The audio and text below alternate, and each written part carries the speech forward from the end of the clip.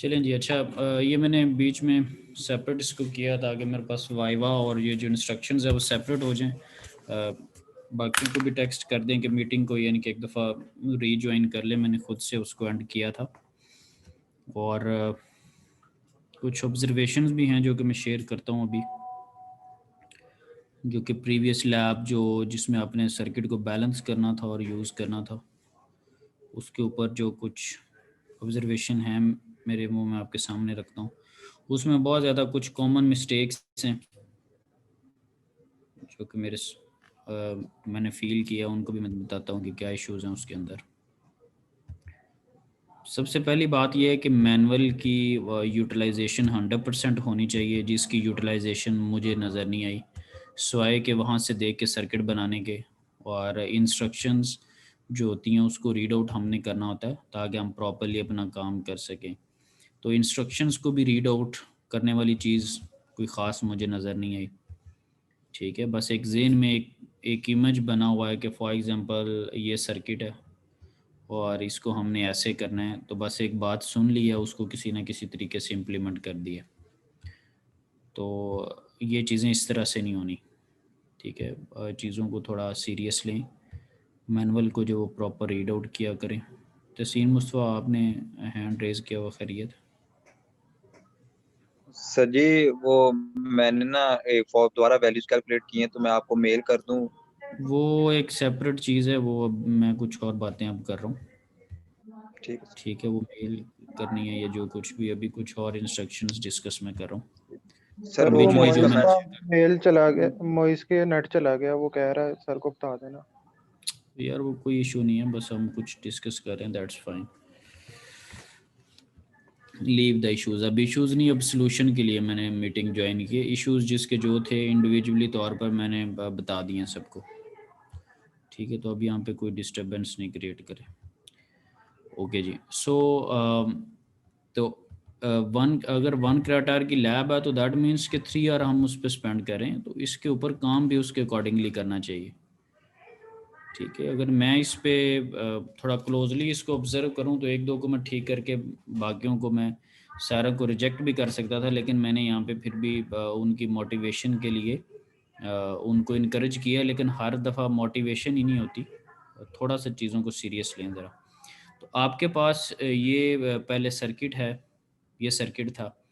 ठीक है, अब अगर इसकी कोई इंस्ट्रक्शंस को रीड आउट करता तो बहुत क्लियरली लिखा हुआ है कि आप सबसे पहले तो सर्किट को कनेक्ट कर लें। आपने कनेक्ट कर लिया, फिर लिखा हुआ ये जी 10 वोल्ट दे दें, आपने दे दिया। फिर लिखा हुआ कि R2 को आप पोटेंशियोमीटर लें।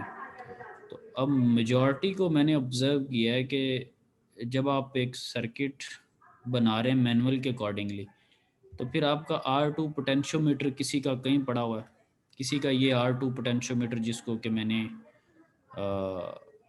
लेबल किया हुआ है, ठीक है, वो कहीं और नज़र आ रहा है। ये R2 के ऊपर सर्कल नज़र आ रहा है जो मैंने किया हुआ। Yes sir. जी सर। जब आप इसको देख के बना रहे हैं तो आपका R2 इधर उधर क्यों फिर रहा है? समझ लगी ना बात, कि आपका पोटेंशियोमीटर इधर उधर क्यों है? इसकी भी बात बाद में बताता हूँ। ये कहीं और हो सकता है, लेकिन अगर मुझे सेंस ही नहीं है कि अगर मैं इसको कहीं और करता हूँ तो फिर मेरे पास नोड्स के ऊपर क्या इफेक्ट पड़ेगा, क्या इशू आएगा, वो मुझे उसका आइडिया नहीं है। ठीक है, तो मैं क्यों ना कि इसके अकॉर्डिंगली काम करूँ। तो ये अब जो जिसने भी काम किया उसको समझ लग रही होगी कि मैं ये क्या कह रहा हूँ। किसी का कहीं पर फिर रहा है, किसी का क्यों, क्योंकि ये जो दो नोड्स हैं लेट्स से बी और डी, मुझे उनके अकॉर्डिंगली इन पे वैल्यूज़ देखना है। और फिर ये जो उसने इक्वेशन 4.1 लगाई है, 4.2 लगाई है, जब इक्वेशन मैंने उसकी इस्तेमाल करनी है और सर्किट की लॉजिक भी मैंने उसकी इस्तेमाल करनी है, तो फिर मैं अपने रजिस्टर्स को इधर उधर क्यों घुमाता फिर रहा हूँ। समझ लगी ना बात की, जब चीज़ें सारी उसकी हैं और बीच में इंफॉर्मेशन क्यों हमारी अपनी है बीच में, तो ये क्या ठीक बनेंगी इस तरह की चीज़ें। तो ये इसको मिस्टेक नहीं है, इसको मैं मतलब यानी कि ब्लंडर मैं कंसिडर इसको करूँगा। और ये एक RX जो कि आपके पास अननोन है, इसकी तरफ अभी मैंने आना है। तो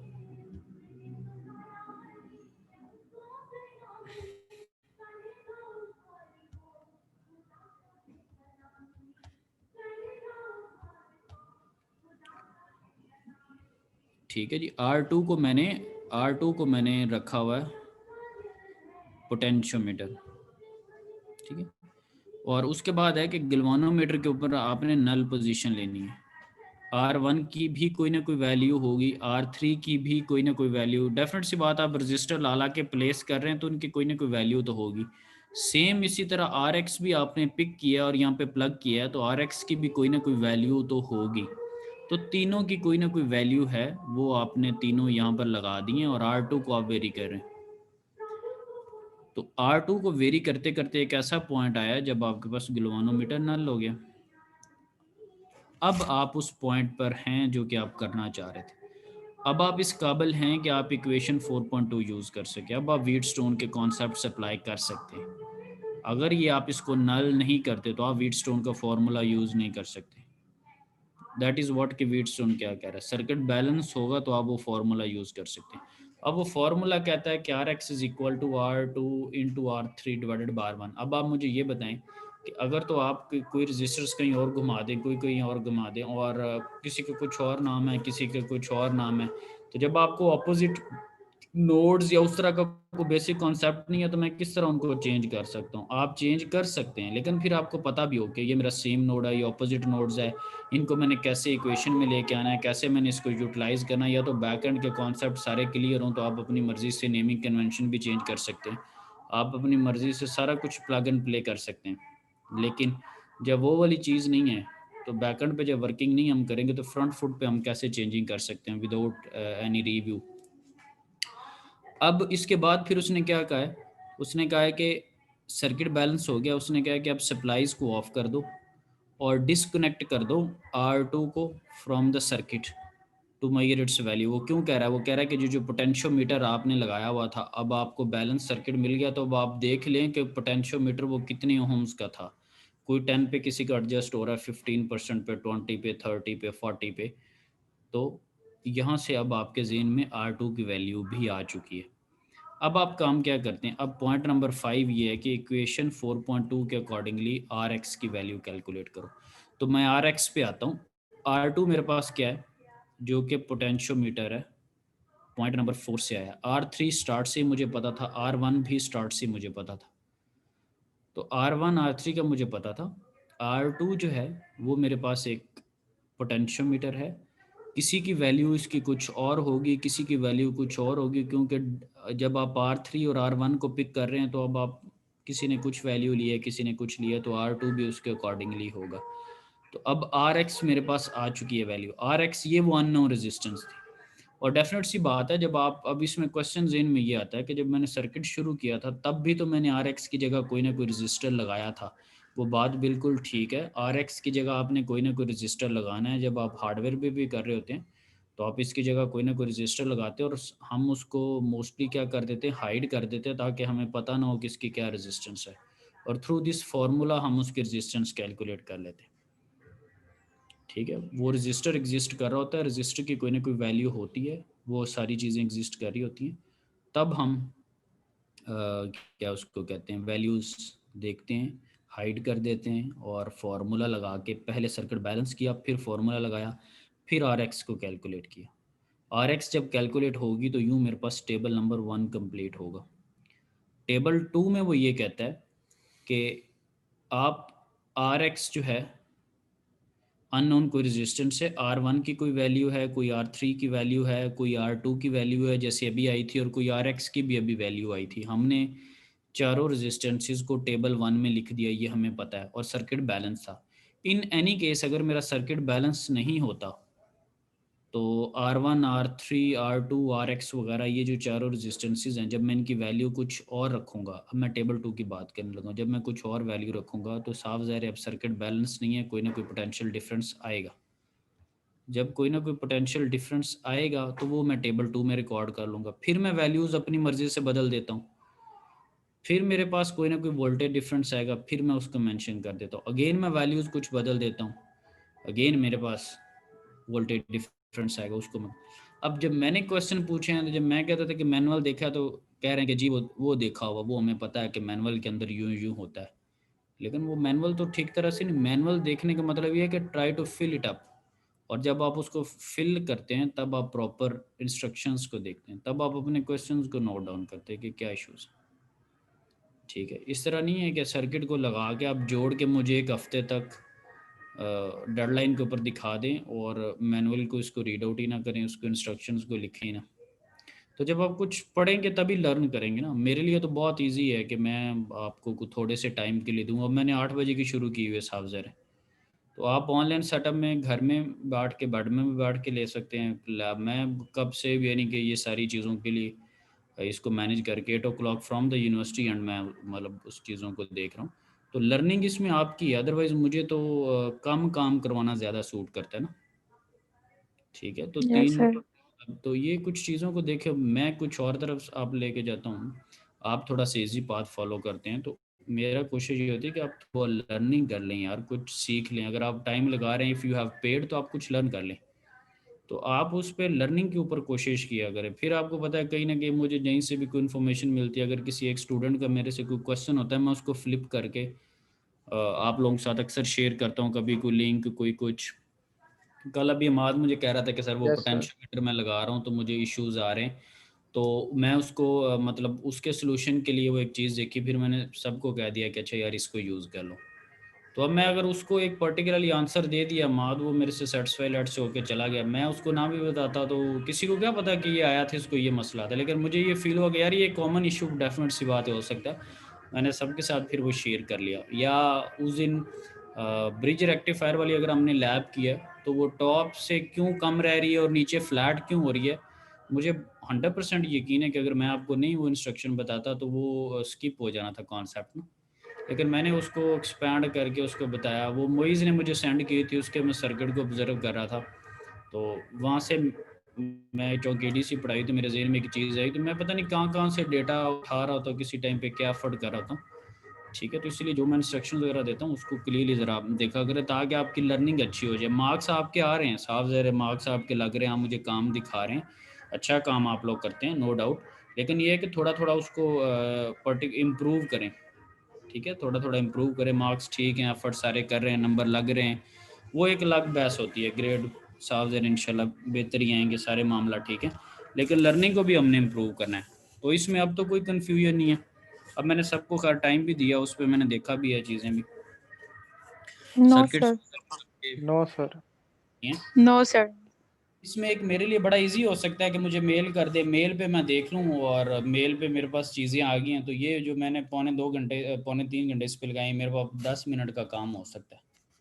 लेकिन मैं बेसिकली अपना ही काम ही बढ़ा रहा हूँ ना। ठीक है, सिर्फ इस पॉइंट ऑफ व्यू से, ताकि मैं इनफरादी तौर पे देखूँ कि स्टूडेंट मतलब कहाँ पे लैग कर रहे हैं, ताकि मैं उनको कुछ चीज़ें बताऊँ। तो आप मुझे ये बताएं कि ये इंस्ट्रक्शंस अगर आप थोड़ा गौर से पढ़ लेते तो चीज़ें काफ़ी हद तक बेहतर हो सकती थी ना। ठीक है, तो फिर अभी खैर कुछ लोगों ने प्रोटियस पे भी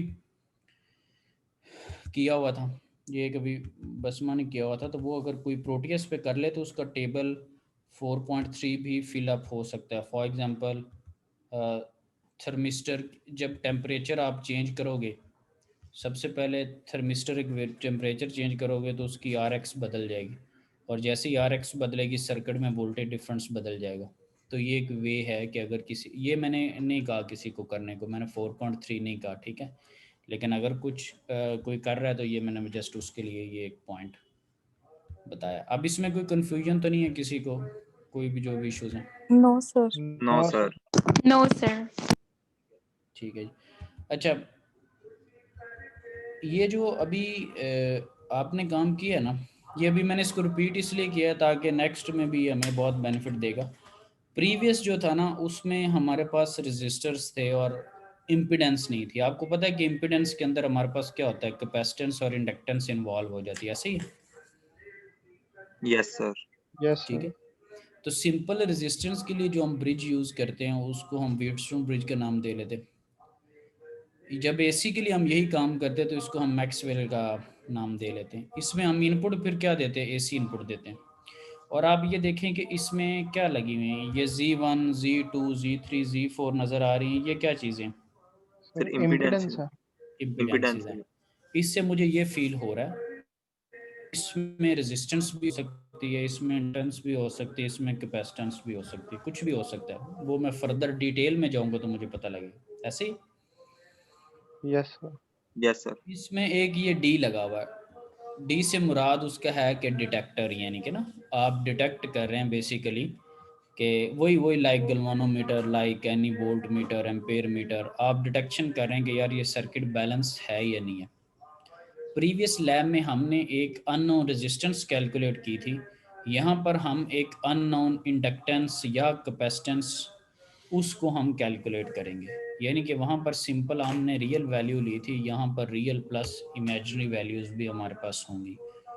तो पर्पस क्लियर है कि करना मैं क्या चाह रहा हूँ। वहाँ पर मैंने रेजिस्टेंस कैलकुलेट की थी, यहाँ पर मैंने इम्पीडेंस कैलकुलेट की। डिटेल में अभी जाऊँगा, सबसे पहले एक मकसद होता है। तो पर्पस क्लियर है कि मैं क्या करना चाहता हूँ। Yes sir. Yes sir. ठीक है, हेडिंग भी ये है कि finding unknown inductance using AC bridge. तो एसी सिग्नल दे दिया, एसी ब्रिज बना दिया, और ये जिसका कॉन्सेप्ट लग रहा है वो मैक्सवेल है। जैसे व्हीटस्टोन कहता था कि पहले सर्किट को बैलेंस कर लो फिर फार्मूला यूज़ करना, इसी तरह मैक्सवेल भी हमें कहेगा कि पहले सर्किट को बैलेंस कर लो और फिर फार्मूला यूज़ करना, जो कि मैं बताऊंगा। ठीक है, तो अब मैं अभी इसको मैं पहले क्लियर कर दूं।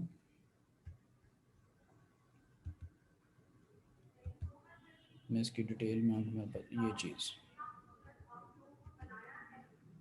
ये आप कोई एक स्टूडेंट मुझे समझाने की कोशिश करे, फिर मैं भी साफ ज़रा उसको बताऊंगा। पुराने कॉन्सेप्ट्स को यूज़ करते हुए, प्रीवियस लैब को देखते हुए, इसमें कुछ सिमिलैरिटीज़ हमने देखनी है। हाँ जी, बताने की कोशिश करेंगे थोड़ा सा। चले मैं पहले बता देता हूँ ताकि वो थोड़ा कंटिन्यू आगे फिर कर लें कि एल एक्स और आर एक्स अननोन रेजिस्टेंसेज और अननोन इंडक्टेंस है जो कि हमने फाइंड आउट करना है। पिछले सर्किट में भी यही था, एक यहाँ पर एक चीज़ लगी हुई थी जो कि फाइंड करनी जी थी, सर। ऐसे। Sir R X Yes. Yes ठीक यस। है, अच्छा। पिछले पिछले सर्किट में क्या था कि आपके पास कोई ना कोई रेजिस्टेंसेस थी जिनको आप लाके प्लग इन कर रहे थे। फॉर एग्जांपल आपने यहाँ पर R3 लगा ली, ठीक है। पिछले रेजिस्टेंस में भी एक पोटेंशियोमीटर था, फॉर एग्जांपल आपने यहाँ पर लाके लगा लिया। पिछले सर्किट में भी एक पोटेंशियोमीटर था, आपने यहाँ पर लगा लिया। और यहाँ पर साथ में क्या लगी हुई है, कैपेसिटेंस भी लगी हुई है। ठीक है, तो ये जो C1 है, सिर्फ और सिर्फ ये अननोन वैल्यूज़ के अलावा आप सारी चीज़ें यहाँ पर ला के इंक्लूड कर सकते हैं। वो बताएगा कि क्या क्या लगाना है, कितनी कितनी वैल्यूज़ की लगानी है। C1 आप ले लेंगे कोई ना कोई, यस जी सर। सर। पोटेंशियोमीटर ले आएंगे, जी सर। Yes, sir. यहाँ पे भी पोटेंशियोमीटर लगा लेंगे R2 की जगह, यस सर। Yes. R3 की जगह भी कोई ना कोई रेजिस्टेंस लेंगे। Yes sir. गैल्वानोमीटर, गैल्वानोमीटर या वोल्ट मीटर या एम्पेयर मीटर मिल जाएगा। Yes Yes, sir. ठीक है, अब ये जो RX है, ये कोई भी एक रेजिस्टेंस पकड़े। अब आपको पता है कि इसका नाम मैंने RX रखा हुआ है। कोई भी रेजिस्टेंस यहाँ पर लगा दें, यहाँ पर कोई भी इंडक्टेंस लगा दें। साफ ज़रा सर्किट को स्टार्ट भी तो करना है ना, जैसे पहले किया था। ठीक है, यस सर। अब इस सर्किट को अभी कुछ नहीं बताता, सिर्फ ये सर्किट आपके सामने। आप मुझे ये बताएं कि किसी को ये कोई इशू हो कि ये C क्या है, R1, R2, R3, RX, LX, ये क्या चीज़ें हैं, इस पे कोई कमेंट किसी का, यानी कि सर्किट को बैलेंस करने में यानी कि कोई इशू या प्लग इन करने में कोई इशू। वैल्यूज़ पे अभी मैं फर्दर आता हूँ, मज़ीद प्रोसीजर पे जाता हूँ। जो सिंबल्स नज़र आ रहे हैं इन पे कोई इतराज़ तो नहीं, किसी को पता ना लग रहा हो। No sir. No, sir. No sir.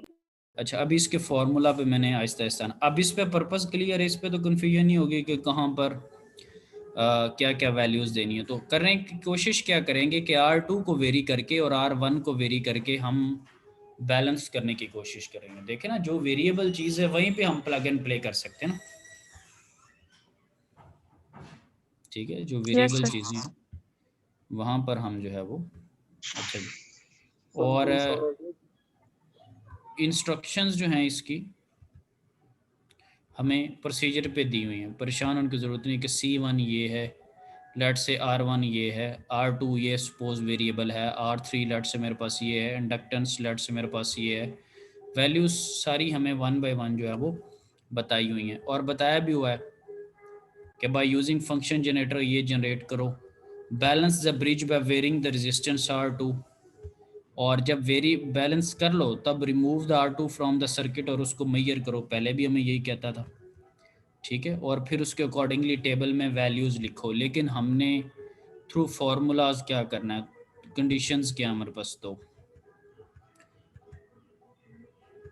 जैसे अच्छा अब इसमें एक और चीज़ आपको पता लगी होगी कि जब हम फार्मूला उस साइंटिस्ट के अकॉर्डिंगली यूज़ करते हैं ना, तो फिर बहुत ज़्यादा हम रजिस्टर्स को अपनी मर्ज़ी से मोल्ड वगैरह नहीं कर सकते। अब बात समझ आई कि मैं क्यों फोकस कर रहा था कि यार R1 उधर ही लगाओ जिधर वो कह रहा है, क्योंकि उसने ऑपोजिट नोड्स के अकॉर्डिंगली इक्वेशन लिखनी होती।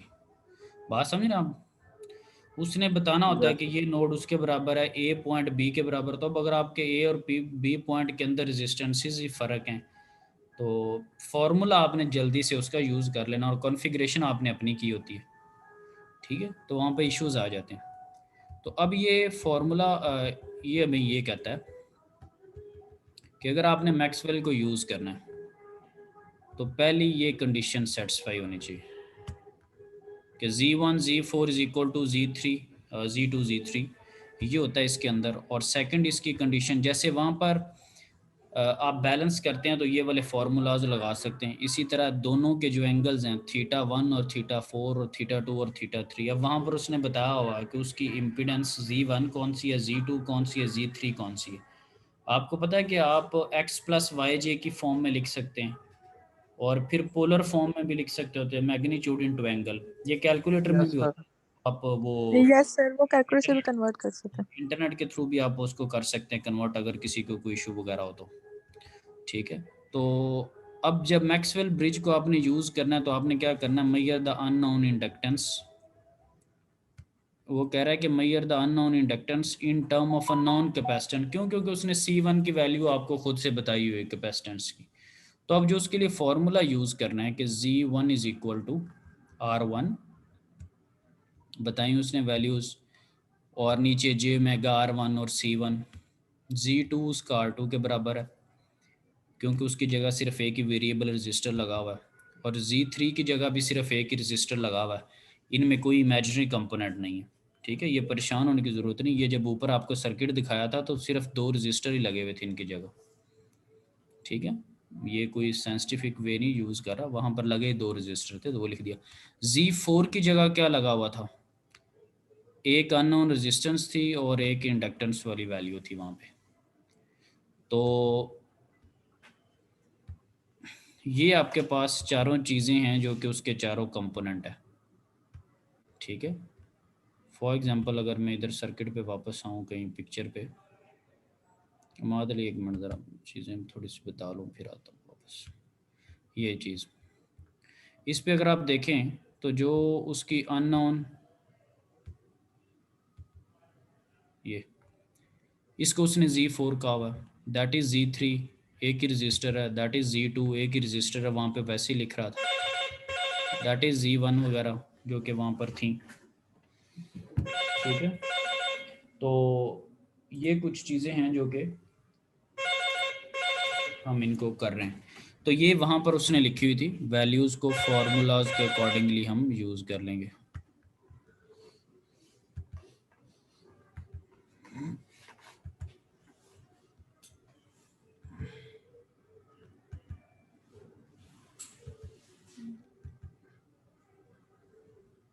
अब मैंने फॉर एग्जांपल आर, जो मेरे पास चीज़ थी बेसिकली जो कि मैंने कैलकुलेट करनी, तो RX का क्या फार्मूला है जी, R2 R3 R1। R2 भी मेरे पास वहाँ पर है, R3 भी है, R1 भी है। इंडक्टेंस का क्या फार्मूला है जी, नॉन कैपेसिटेंस, R2 भी मेरे पास है, R3 भी है। तो मुझे RX का भी पता है, LX का भी पता है, ठीक है जी। अब ये अगर मैं इसकी इम्पिडेंस निकालूं, Z निकालूं, तो Z मुझे ये पता है कि RX plus J omega LX। तो अब इसमें कोई कंफ्यूजन? हाँ माद, अब क्वेश्चन वगैरह पूछ लो जो कुछ कह रहे थे। सर वो इधर कैपेसिटेंस का पूछना था, कैपेसिटेंस क्यों लगाई है पैरेलल में? कैपेसिटेंस पैरेलल में क्यों लगाई हुई है? जी सर। अच्छा चले ठीक है, और जी कोई इस पे क्वेश्चन? ठीक है माद, इस पे भी क्विकली बताता हूँ। अच्छा चलें। एक ही खुदा। अच्छा, इसमें ये है कि लाइक वाइज जैसे सर्किट्स को हम एज इट इज़ यूज़ करेंगे, लाइक जैसे मैक्सवेल ने हमें सजेस्ट किया हुआ है, ठीक है। एक जनरल फॉर्म सर्किट की होती है ना, जैसे व्हीटस्टोन ब्रिज की, सॉरी एक व्हीटस्टोन ब्रिज पे भी हमारे सामने क्या था, ये जो सर्किट है, रेजिस्टेंस ठीक थी है, सर। ये, हाँ जी, ये मैक्सवेल की सारी सर्किटरी जो है ना वो हम यूज़ कर रहे हैं, ठीक है। कि एक हम यहाँ पे इम्पिडेंस ले रहे हैं, यहाँ पे ले रहे हैं, यहाँ पे ले रहे हैं, हम यानी कि इसके प्रूवन सर्किट में नहीं जा रहे कि what's the logic behind it, समझे बात को आप। यानी ठीक है कि सर। हम इसकी सर्किट के कंपोनेंट की जो यानी कि डिस्क्रिप्शंस हैं उसको we are not going to study, क्योंकि इसके पीछे ऑलरेडी एक पूरी वो जो भी फ़िलासफ़ी है वो यहाँ पे लिख दी गई है। जैसे हमारे पास रेक्टिफायर था, उस पे एक पर्पस होता है कि यार हमने एसी टू डीसी करना, तो फिर हम समझाते भी हैं कि ऐसे एसी सिग्नल गया, ऐसे डीसी हुआ, ऐसे क्लिप हो गया, ऐसे पल्सेटिंग हो गया, ऐसे फ्लैट हो गया, ऐसे कम आ गई वैल्यूज़, ये डीसी है, ये एसी है। समझ रहे हैं कि एक डायोड गुजरने देगा, नहीं गुजरने देगा, वो एक फिनोमिना होता है, ठीक है ना। तो यहाँ पे यस ऐसा सर। उस तरह की चीज़ नहीं है, ठीक है। तो ये एक है, मतलब यानी कि ये थोड़ा समझने वाली चीज़ यहाँ पर ये है कि नोयत इसकी चेंज, ठीक है। तो हम उसके कंपोनेंट में नहीं जा रहे। कोई भी स्टूडेंट इसमें किसी किस्म का कोई कन्फ्यूजन हो कि आर एक्स कैसे लेनी है, एल एक्स कैसे फाइंड आउट करनी है, फिर सारी चीज़ें उसने आपको बताई हुई हैं, ठीक है। सारी चीज़ें उसने आपको बताई हुई हैं कि क्या क्या आपने काम करना है, ये सारी। कुछ तो मैं पढ़ भी रहा था, यहाँ पे तक मैंने स्टॉप कर दिया था। फिर ये कि compute the parameter in table 1, वहाँ पे आप कैलकुलेशंस कर लेंगे, आर एक्स को लिखेंगे, एल एक्स को लिखेंगे। फिर कहता है measure the DC resistance of inductance R X, DC resistance calculate कर ली by using L X and R X, compute the total impedance of the inductor using the expression Z X. ये आप कर लें। जब आर एक्स और X L की मेरे पास वैल्यू है तो मैं जी एक्स भी निकाल सकता हूँ, थीटा भी मैं निकाल सकता हूँ कि tangent inverse X L over R X, मैंने वैल्यूज़ फाइंड आउट की हैं।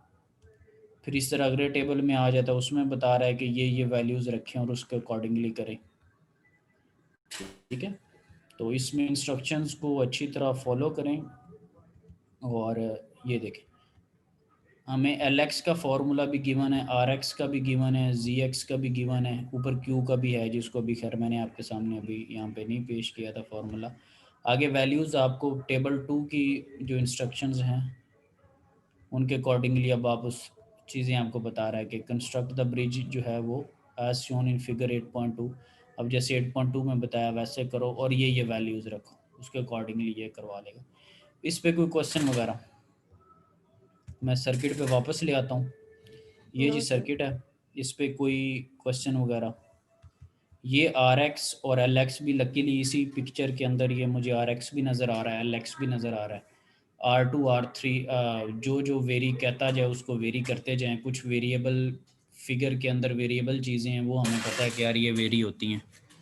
तो इस पे स्टूडेंट कोई क्वेश्चन वगैरह? No sir. नो ठीक है, सर। हाँ नो जी। सर। तो हाँ, बाकी ठीक है। जो आप लोग मुझे काम वगैरह चेक करवाते हैं उसके अकॉर्डिंगली मैं उसकी रीज़नेबल मार्किंग करता हूँ। वो मेरे पास चीज़ें ठीक है, आप वीकली बेसिस पे आप लोग काम कर रहे हैं वो ठीक है, उसकी इंकरेजमेंट मैं साथ में करता रहता हूँ। लेकिन इम्प्रूवमेंट का कहने का मेरा मकसद ये होता है कि यार ये थोड़ा थोड़ा और डीपली लर्न कर लें, ठीक है। वो हर बंदे का एक डिफरेंट सिनेरियो होता है, तो ये मामला आता है, ठीक है। कोई कन्फ्यूजन वगैरह कोई चीज़ हो तो आप उसको ईमेल के ऊपर मेरे से डिस्कस कर सकते हैं, ठीक है। जी और सर सर। एक चीज पूछनी थी। जी जी, हाँ जी, हाँ जी। सर जैसे वो व्हीटस्टोन ब्रिज में मैंने पोटेंशियोमीटर लगाया था 5K का, तो मेरा 40% पे जाके वो ब्रिज बैलेंस होता था। जी जी, तो जब मैं 5K का 40% निकाला था वो 2000 बनता था, लेकिन ओहम मीटर से जब मैं मेजर करूँ तो 1.124 किलो ओहम शो करता था। नहीं उसमें तो दो फिर तीन चीज़ें हैं, उसमें दो तीन चीज़ें हैं, वो मामलात कुछ और हैं। मैं जो आपको बेसिकली एक क्लिप एक भेजा हुआ था ना, उसका मकसद ये था कि आपको परसेंटेज की सेंस में नज़र आ जाए। आप वहाँ पर अगर देखें ना तो उसने 2 मीटर लगाए हुए थे, देखिए कोई यस चीज़ सर। डबल जी सर मीटरिंग थी देखिए। उसके पास। वो यस डबल सर। मीटरिंग में आपको बता रहा था 2 मीटर के ऊपर डिफरेंट रीडिंग थी। एक को 90% रख देता है, एक को 10%, एक को 30%, एक को 70%। वो बता रहा होता है कि कौन से पोर्शन में 70% जा रहा है, कौन से पोर्शन में 30% जा रहा है। वहाँ पर भी कुछ मुझे कन्फ्यूजन्स नज़र आई हैं।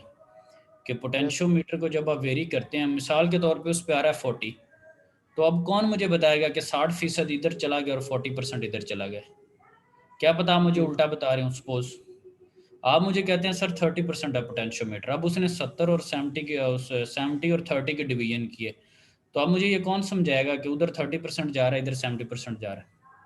यहाँ पर कन्फ्यूजन्स हैं। उसके डबल मीटर को लगे को देखें और आपको पता चले कि जब आप इनको पार्ट्स में ब्रेक करते हैं तो कौन सा हिस्सा किधर जा रहा है।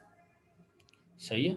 आप लेट से मिसाल के तौर पे 40 कह रहे हैं, तो उसमें 40 और 60 का है डिफरेंस। 40 + 60 = 100%। तो देखें 40% पोर्शन किधर जा रहा है। अगर 80-20 लेते हैं तो देखिए कि 20 किधर जा रहा है, 80 किधर जा रहा है। ठीक है। ये अभी इसने कंबरली ने भी किया हुआ था, इसको भी उस पॉइंट पे मैं चेक करवा रहा था। अभी मोइज़ भी कुछ दिखा रहा था, इसको मैंने कहा कि उस पर 0-10% पे लें। तो आप पोटेंशियोमीटर की नॉब्स को चेंज कर दें तो आप देखेंगे कि वो आपका 20-80 आपको फ्लिप होता नज़र आएगा। ठीक है। तो आप उस सेंस में चीज़ों को ठीक करके, वो बड़ा एक यूज़फुल क्लिप था कि उसको देखें आप। जब फुल उस पर महारत हो जाएगी तो फिर आप उसको कहीं यूज़ करें। ठीक है। तो सर एक ये बार दोबारा इशू, रिपीट कर देते हैं। हाँ जी, मैंने जो आपको YouTube पे क्लिप भेजा हुआ था ना, ठीक है, उसको देखें। नेशनल इंस्ट्रूमेंट के नाम से, वो वेरिएबल नहीं, मेरे ख्याल से लीनियर पोटेंशियोमीटर के नाम से, ठीक है, LMS पे भी लगा हुआ वीक के अंदर। तो उसमें क्या है कि वो एक पोटेंशियोमीटर लेता है और उसमें मुकम्मल आपको गाइड करता है कि फुल पोटेंशियोमीटर की वैल्यू कब होती। फिर वो कहता है कि ओके जी, अब मैं इसको कभी 30 लेता हूँ, कभी 40, कभी 50-50। तो अब मैंने नॉब्स किस तरह लगानी है, तो वो 2 मीटर लगाता है। एक जगह पे कनेक्ट करेगा तो 10 आ रही होगी वैल्यू, दूसरी पे करेगा तो 90% आ रही होगी, ओवरऑल सम अप कर देगा तो 100% ही होगी। फिर वो 40-60 की आपको रेशो दिखाता है, वो आपको समझा रहा है कि परसेंटेज को यूटिलाइज कैसे करते हैं। फिर उसी वीडियो के अंदर आपको ये भी बता रहा है कि आप 1% का कैसे इंक्रीमेंट दे सकते हैं बजाय कि 5-10% के इंक्रीमेंट देने के। ठीक है, समझ रहे मालूम? तो ये वहाँ पर चीज़ें इस तरह क्या क्लियर हुई है, या कुछ और कहना चाह रही थी? अब मुझे ये कहना था कुछ।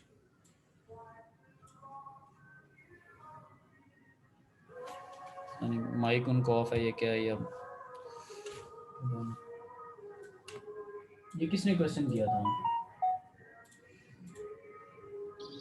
सर फायदा थी। हाँ, तो उम्मीद है कि उनको ये चीज़ क्लियर होगी। अगर चले नहीं भी हुई तो बाकी, हाँ, तो उसको एक अच्छी तरीके से।